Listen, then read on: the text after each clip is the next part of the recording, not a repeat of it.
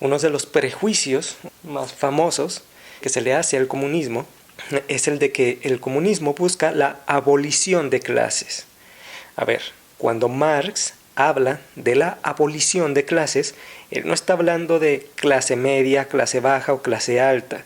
Eso no existe en Marx. Por lo tanto, todos aquellos que condenan al comunismo porque quiere que todos seamos pobres, es decir, que todos seamos de la clase baja y que todos los de la clase media y la clase alta se vuelvan pobres, ese delirio se basa porque no entienden que Marx, cuando habla de clases, se refiere solo a dos clases: la clase explotadora y la clase explotada, que no tiene nada que ver con la clase alta, clase media o clase baja del vocabulario coloquial de la mayoría de las personas. Cuando Marx habla de clases, se refiere entonces, por ejemplo, a un esclavista y a un esclavo. Es decir, el esclavista es el explotador y el esclavo el explotado. O se refiere al terrateniente y al campesino, donde el terrateniente es el explotador y el campesino el explotado. Cuando Marx habla de clases, se refiere al burgués, al capitalista, y al proletariado, es decir, donde el capitalista es el explotador y el proletariado el explotado. Cuando entonces Marx se refiere de que haya una abolición de clases, se refiere entonces sí o sí de que ya no haya explotadores explotando a otra clase. No que la clase media o la clase alta deberían dejar de existir. Pues eso es ridículo. Te pongo un ejemplo. Es como un doctor que gana 1.000.000 de euros o dólares al año. Ese los gana porque tiene una preparación que no cualquier persona tiene y de mucha responsabilidad. En contraposición, supongamos que a un barrendero, no sé, o un encargado de limpieza, que todo trabajo es honorable.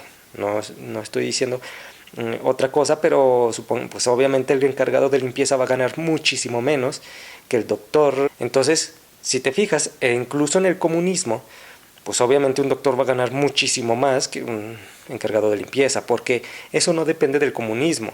El salario depende de la oferta y la demanda. Obviamente, en el mundo existen mucho menos número de personas que pueden ejercer ese trabajo en contraposición al del encargado de limpieza, porque pues la mayoría de las personas podríamos limpiar, ¿cierto? O sea, hay más oferta de personas que saben limpiar que doctores especialistas. Obviamente ese salario está en función o en relación con la oferta y la demanda, que eso no tiene nada que ver con el comunismo.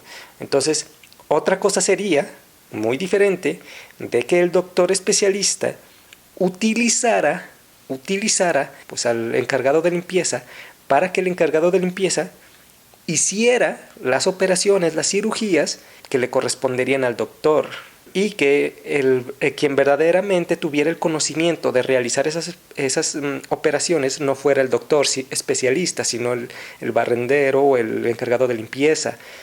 En ese caso especulativo estaríamos hablando de que el doctor explota al encargado de limpieza para que el encargado de limpieza haga el trabajo del doctor y no el doctor mismo. Ahí sí estaríamos ante un sistema de producción capitalista donde un individuo utiliza la sapiencia de otro para realizar un trabajo específico y el explotador se lleva la mayor parte de la ganancia, mientras el explotado se lleva solo migajas. Eso sí sería la lógica capitalista. Pero obviamente en este ejemplo que te estoy diciendo del doctor especialista, pues obviamente no ocurre eso, ya que el encargado de limpieza pues no tiene esos conocimientos. Pero el encargado de limpieza, digamos que en nuestro vocabulario cotidiano podría ser considerado, por ganar solo $5,000 al año, podría ser considerado de clase baja, mientras el doctor de clase alta o clase media alta.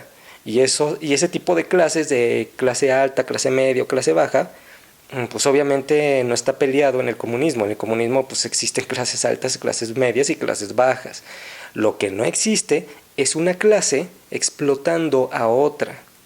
Esa es la única diferencia. Entonces, cuando Marx habla de abolición de clases, no se refiere a clase media, clase alta o clase baja, se refiere a explotados y a explotadores, y que debe de haber una abolición de que nadie explote a nadie, de que la gente, cuando gane su dinero por su trabajo, gane lo justo.